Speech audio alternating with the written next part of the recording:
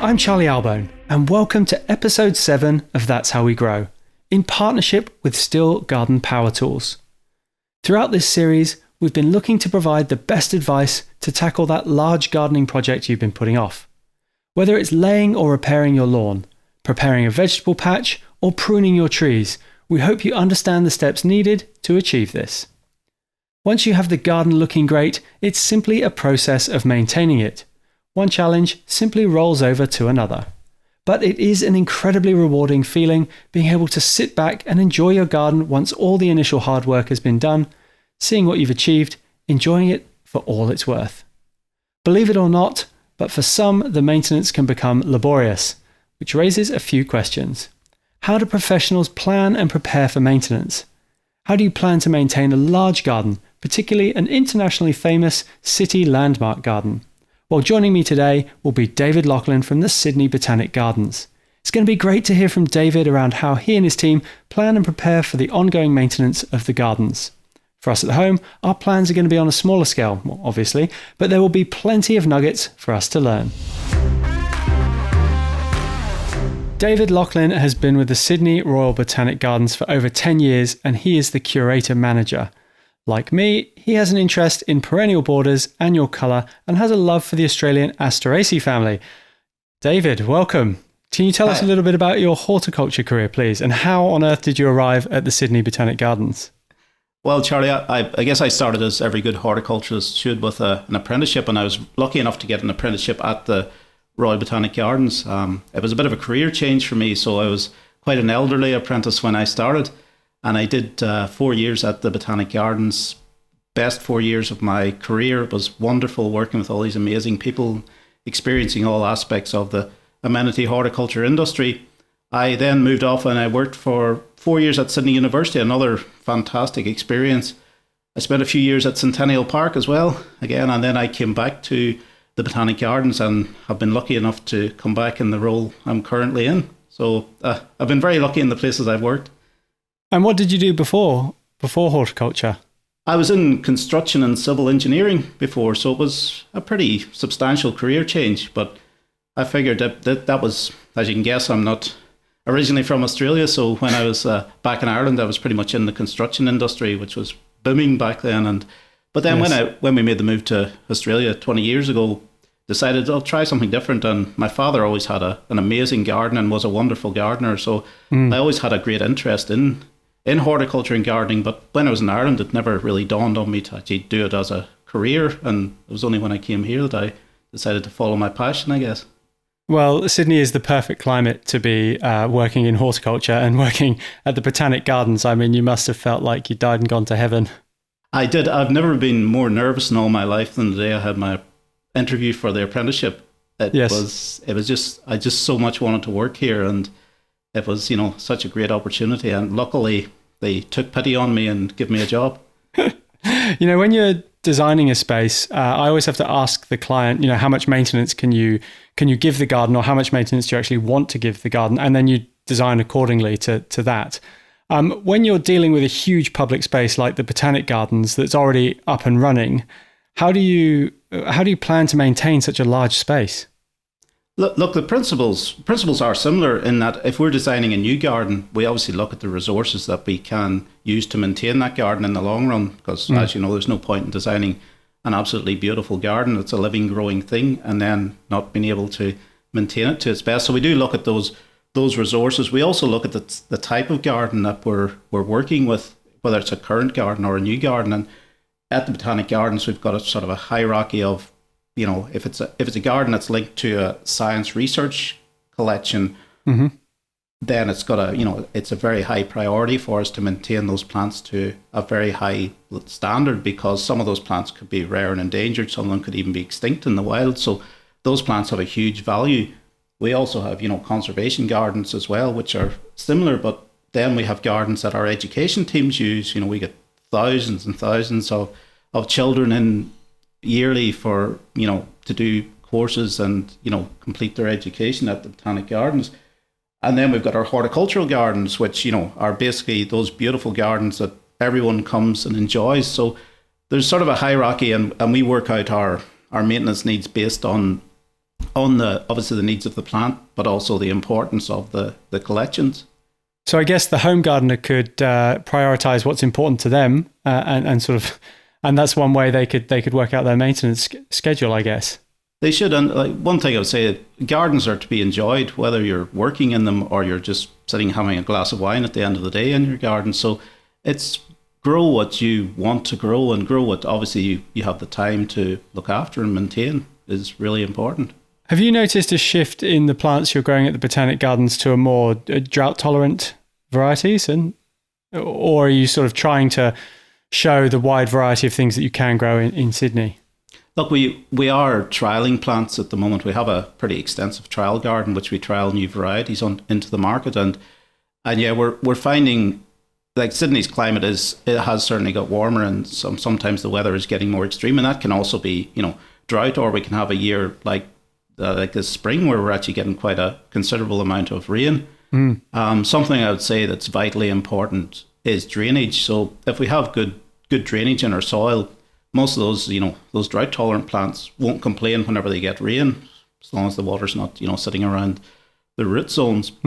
But we do push the boundaries quite a bit with plants' tolerance for Sydney's climate. And as you said earlier, it's an amazing climate to grow plants. Like, we can grow such a huge range of plants from all around the world in with Sydney's really quite benign winters and the summers. There's a few days whenever it does get a wee bit beyond the limits, but mostly the summers are pretty nice in Sydney.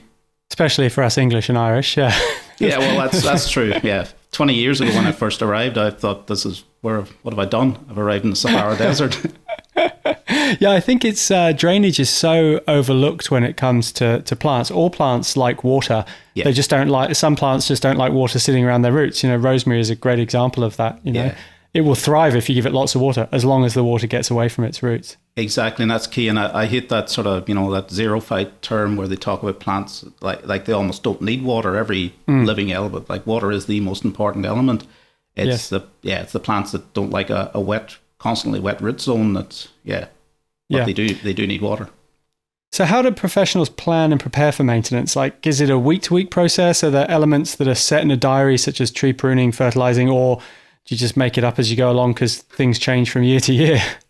Look, it's a very planned process generally, where there's certain key events that happen at certain times of the year, like the big one is, we do our winter rose prune in July. We just do our winter rose prune in July. In Sydney, not such a big deal, because usually the idea of doing it in July is that we give it the prune, and then, it's after the last frosts. We don't really get frosts on the harbour here, but we still do that in July. We know that certain events are going to happen at certain times of year. Like, one that's a big one for us as well is we know that the Armillaria is going to start producing its mushrooms in June. So we keep an eye out for those mushrooms, and our horticulturists report back if there's any new outbreaks of what is quite a destructive disease, and unfortunately a disease that we do have here at the Botanic Gardens. So there's things like that, and there's certain tree pruning events that happen, as you say. There's other pruning, fertilizing events. We look out for certain pests and diseases at certain times of the year, so we can treat those at certain life cycles. Sometimes you can treat something and you don't actually have to go particularly harsh with a chemical if you get it at the right time and get it under control at the right time. So there's a lot of that. But then also there's weekly tasks that in the growing season we just do weekly, such as watering, weeding, those sorts of tasks. And then there's the more sort of, I guess, seasonal tasks that are big tasks that we have to plan for, and plan a number of people to come in and help the horticulturist in the section with. Yeah, so I mean, in the home garden, I sort of work from the canopy down, I guess. The trees aren't every year I do pruning, but your hedges, you start on the tall hedges and you work down, so the debris kind of works down. You're only cleaning up once. Is that something you try and implement in such a big space as the Botanic Gardens, or is it sort of more focused on individual jobs and individual garden beds? Oh, look, we do try to plan those jobs out, because we also work in a public space, and for things like hedge pruning, we'll only have a very small area, that's fenced off, so the public can't, get into the danger zone. So we do try to clean up as we go along, and yeah, you're right, pruning from the top down, so there's less mess, and it's a one clean up and making sure that there's not those ugly clippings on top of the hedge and stuff like that, which is a pet hate of mine. Yes. So yeah, but working in a public space is a big difference for us, because planning our jobs as well at certain times. Our greenkeepers certainly do most of their edging with the whippersnippers and that first thing in the morning whenever it's less busy, and they certainly would never dream of doing a lawn at lunchtime. Also the noise factor for people come out to sit down and have their lunch in a nice peaceful quiet environment. They don't want the chainsaws going from the ARB team or the whippersnippers and mowers buzzing around them. So we have to think about a lot of those aspects at the Botanic Gardens. Yeah, I guess it applies to annoying neighbours that complain as well. You need to work out when they're out to mow your lawn. You touched on the armillaria issue you've got. How much of the pest and disease maintenance program is sort of organic based, and how much is chemical based? Because I guess when you're working with so many people that come into the garden, you've got to be quite sensitive with the way you use chemicals. Yeah, we do, and we do try to. We sort of, I guess we reach for the chemical bottle as the last resort, and as part of our integrated pest management program. So we use a lot of biological controls, particularly in our rose garden. So we release various insects that are going to eat the insects that we don't want, and again we try to balance that where when we release them, there's something for them to eat, but the pest hasn't got out of control. We also, like for weeds, which I guess weed technically is a pest, we've recently trialed a steam weeder, and it's still under trial. So we're hopeful that may be another area where we reduce our reliance on chemical controls.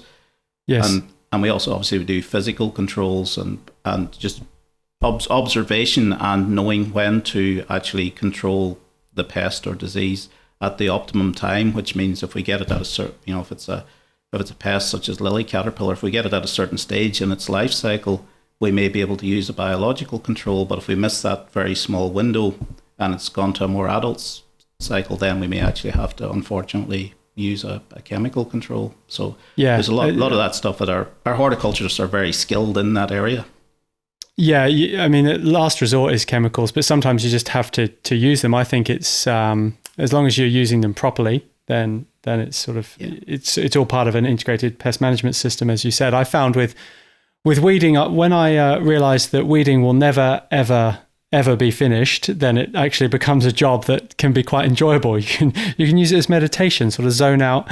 It doesn't matter if the kids come and bother you, because you don't get it finished, but you're never going to get it finished. So, but then I don't have the world's tourism coming to my garden and having a look at it like you do with yours.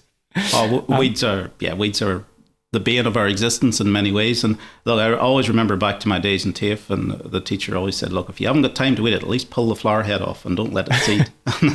Yes, yeah, absolutely. I mean, part of maintenance is planning for future projects. The Botanic Gardens has got an amazing display of meadow flowers, and I know that because I spoke to you and I got the supplier of the seeds, and I've done them at my house. But when it comes to bringing in new projects to the Botanic Gardens, how do you decide when you're going to do that? Because some of them can be quite labour intensive. I mean, with mine, it's laying the seed properly, keeping the water on top of it, keeping on top of the weeds before it sort of establishes. And it can become quite labour intensive, which I can imagine would be one of the hardest things to manage in the Botanic Gardens, the amount of things you have to do with the labour you've got. So how do you plan a new project into your maintenance schedule? Yeah, look, we certainly look at those resources, and the meadow, as you mentioned, it's probably the most popular thing in the Botanic Gardens at the moment, and it has turned out to be an amazing project. So during that planning process, we certainly planned all the seed mixes that we were going to use. We planned the weed eradication, which for the first couple of years actually didn't work that well. We had a couple of pretty disastrous meadows that were basically looked like an unkept kaiku lawn that had just been let go crazy for a season, but eventually we got on top of the weeds and we got the seed mixes right, and we got the soil preparation right, and the time to slash, and now the meadow is, I wouldn't say it's self-sustaining, it still requires a fair bit of work, but that maintenance and that pressure on the team has reduced down quite significantly with the meadow. So sometimes that's a balance where establishing the garden is quite labour intensive, but once we get it established and to a point where the plants are out competing the weeds and various other aspects, there's not as much water required and whatnot, we can then start to manage it. But yeah, you're right, we only have a certain amount of resources in the botanic gardens to actually maintain the plants. And there's certain garden beds in the botanic gardens that are, they may be mass planted with clivias and plants like that, but those plants are not the most exciting plants in the world, but a horticulturist may only have to visit that garden once a month, whereas, Yes. a garden like the Meadow, the horticulturist is in that garden working every day. So we do have to have a balance of gardens that are still aesthetically pleasing, but, Yeah, that's a good tip, isn't it? I guess for your main areas of impact, have a bit more high maintenance, and for those areas that are less conspicuous, I guess you can mass plant. It still looks nice, but it's not going to be an amazing feature of your garden. Yeah, and picking the plants that are going to basically outcompete the weeds and the plants that you don't want to grow is key. And those plants with really fibrous root systems that basically dominate the growing area, they're actually really useful plants to have in the garden. Absolutely they are. What tools do you think every home gardener needs, and what professional tools do you think home gardeners could use more? I mean, and I know everyone says you need a good pair of secateurs, but is there any other really good tools you can recommend? Oh, look, most gardener, unless it's a very, very small garden, I would recommend, having a few, either preferably electric or petrol tools, things like blowers and whippersnippers. Obviously, if you've got a lawn, you need a lawnmower. But, pole pruners, depending on, if you've got a lot of trees and you actually need to do some pruning at height, pole pruners are very useful. Hedgers, as I mentioned, electrical. We're trying to move towards more battery operated, power equipment, and not only is it, it's a lot cleaner, it's a lot quieter, particularly in the public environment, but, it's the way of the future, I think, the way we're heading. But, there's a lot of hand tools also that the home gardener needs. And you mentioned secateurs, and I'm going to go back on the secateur thing because it is the tool that you are going to use most. So if you're going to invest in a quality product for your garden, buy a good pair of secateurs because they will last you a lifetime if you look after them. If you buy a $5 pair, they'll last you a month, and you're out to buy another pair. So I definitely buy. I don't think you'll find a gardener telling you don't need a good pair of secateurs. Yeah, exactly. Absolutely. Yeah. But there's a host of other, all the hand tools. Your spades, forks, rakes. Your hand shears, all those things, bins and tarps. Things to put. You do a lot of. You produce a lot of weeds. You do a lot of pruning, so you need something to clean up and keep things in. A good tool bag or bucket to keep your your hand tools in, so they're not scattered all over the place. And sorry, keep going. No, I was just going to say, and again, something to maintain your tools as well. Sharpening stones, oil, rags, all that stuff to keep them in good order. Do you do lots of composting at the Botanic Gardens? Because you have a huge amount of green waste you'd produce. We do. We send all our compost off site, so we don't. Unfortunately, we don't compost on site, and that's just basically because of space. We actually don't have the space to create compost, but we do send all our green waste. Does go off site and does get turned back into compost, and quite a bit of it comes back again into the garden. Yeah. What common mistakes do you see gardeners doing in not just in the Botanic Gardens, but sort of in the home garden? What sort of things do you pick up on? Oh, look, quite often you see, basically, the most important thing to do when you first get a garden, whether it's at the Botanic Gardens developing a new collection of plants, is look at your site, know where the sun is, know where the shade is, know what the soil conditions are, do a few basic soil tests like pH test and a texture test. And they're not difficult to do. If you have never gardened before, you will be able to find a clip on YouTube that'll show you how to do a texture test, and you can go and buy a pH kit. So get those basic, know what your soil is, and then pick plants that are going to grow well in your environment. And for Sydney here, we always think, natives are going to do well, but Australia's a big country. Australia's a huge country, so not all native plants are going to do well in Sydney. And we'd find that in Sydney, plants from the southwestern United States, some of the prairie plants do a lot better than plants from Western Australia that can't handle our humidity in summer. Or, you certainly wouldn't be growing plants from Darwin, that are highly tropical. So it's about getting the right plant for the right spot, isn't it? It is. And if you just, it's interesting, you look at, other parts of the world that have very similar climates to the area that you live in, and there's a range of plants that you'll be able to find that will be very happy in your climate. What do you think are the best low maintenance plants that give you that high impact? Oh, look, there's a range of plants. Like as I mentioned, the prairie plants, gaillardias. I think gaillardias are hugely underused, and they flower forever, and they've got those big daisy flowers that everybody loves. So they're particularly a favourite of mine. But some of the kangaroo paws available, particularly some of the landscape varieties, like Big Red's been around for years, but it's just an amazing plant. It just keeps flowering, and it does give you a huge amount of impact. Limonium. How do you find it with the black spot and humidity? I find Big Red's pretty good for black spot. It's not. There's another one called Landscape Gold, and there's a Kings Park Federation Special, I think it's called. Those three don't tend to get the black spot quite as bad. Some of the smaller varieties with the amazing flowers, I would treat them as annuals, no more than a biennial, because they will eventually succumb to black spot. But they are wonderful annual plants to use. So yeah, kangaroo paws, a lot of breeding's been done on kangaroo paws, and there's just such an amazing range out there today. Yeah, I found sort of when they finish flowering, not just to remove the flower spike, but the leaves around that flower spike. So you have a really thinned out plant, but it sort of increases the airflow. Yeah, that's very important.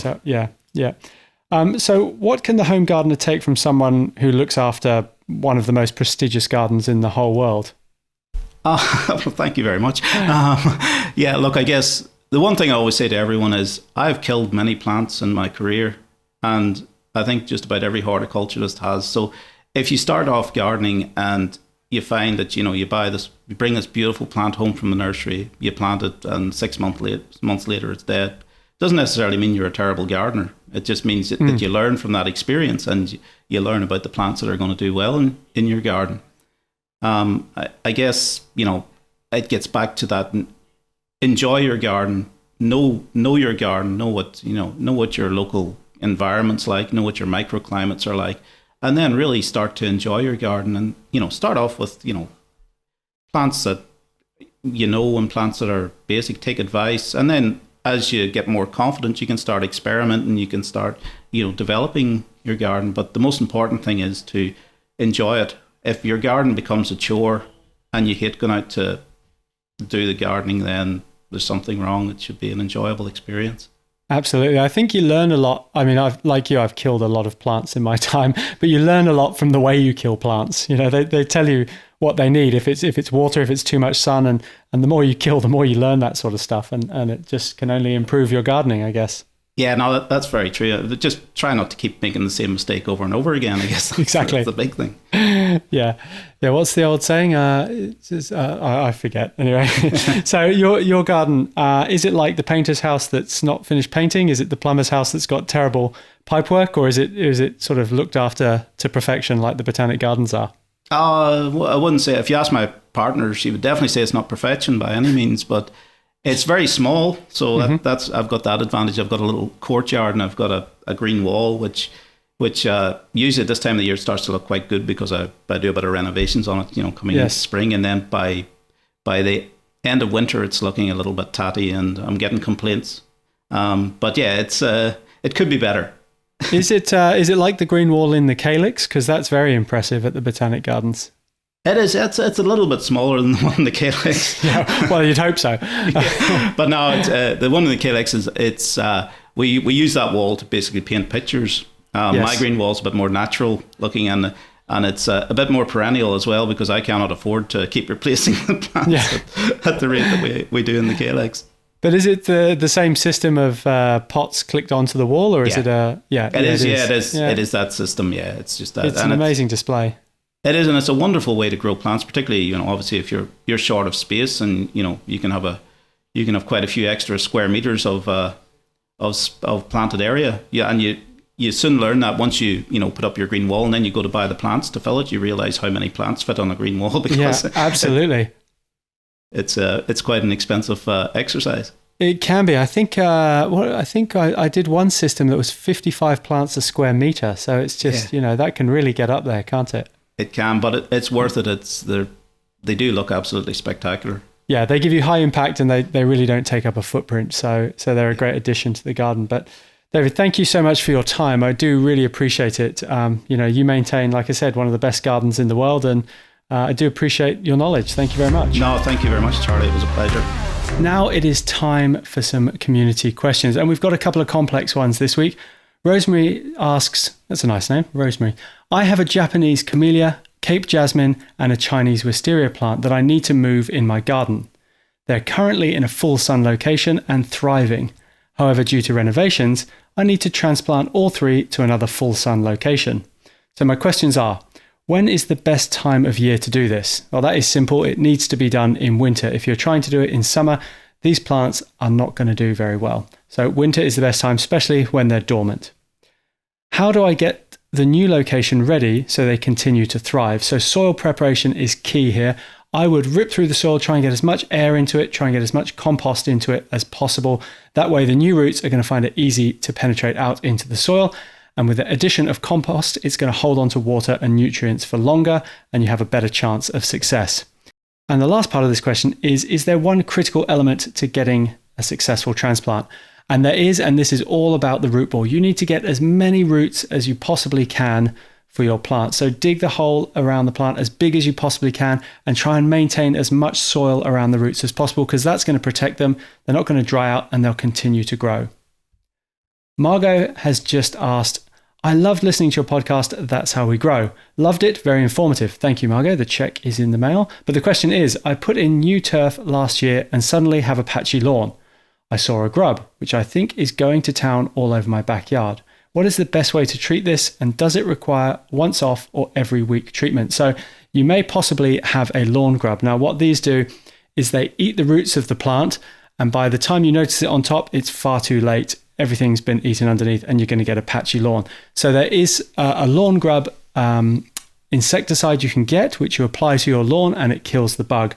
Now you want to be careful with these. You want to use it as little as possible because you want to maintain as much good bacteria and good insects in the soil whilst you're trying to kill off this bug. So I would use it once, maybe twice, but I probably wouldn't use it any more than that. Now, do you have a gardening question you'd like me to answer? Send me an email at charlie@stihl.com.au. I really enjoyed speaking with David Laughlin today. He is a wealth of knowledge and he has a truly envious job working at the Sydney Botanic Gardens. But what did we learn from him today? Well, I learnt that drainage is key. All plants love water, but you need to work out the ones that just don't like having water around their roots all the time. I found that chemicals can be used, but only as a last resort. There is a plethora of attacks you can make on insects and bugs in your garden that don't contain chemicals, so try and exhaust those first before you move on to the sprays. I also learned that even the best gardeners kill plants, but what you need to remember is you have to learn from your mistakes. Well, thanks for listening to That's How We Grow in partnership with STIHL Garden Power Tools. Do you need the power tools to take on any garden challenge? Go to the STIHL website or head to your local STIHL dealer today. You can find us on Instagram at stihl_au, and you can follow me on Instagram as well, Charlie_Albone. On our next episode, we're going to be speaking with the acclaimed landscape designer and contractor, Michael Bates. Michael is a great friend of mine and he is an incredible garden designer too. We're going to be discussing garden planning and design, how to learn and work with your landscape, and how to change what you dislike in your garden. Don't forget to check out STIHL's blog with plenty of great gardening advice, tips and tricks. I'm Charlie Albone and thanks for listening. Until next time, goodbye.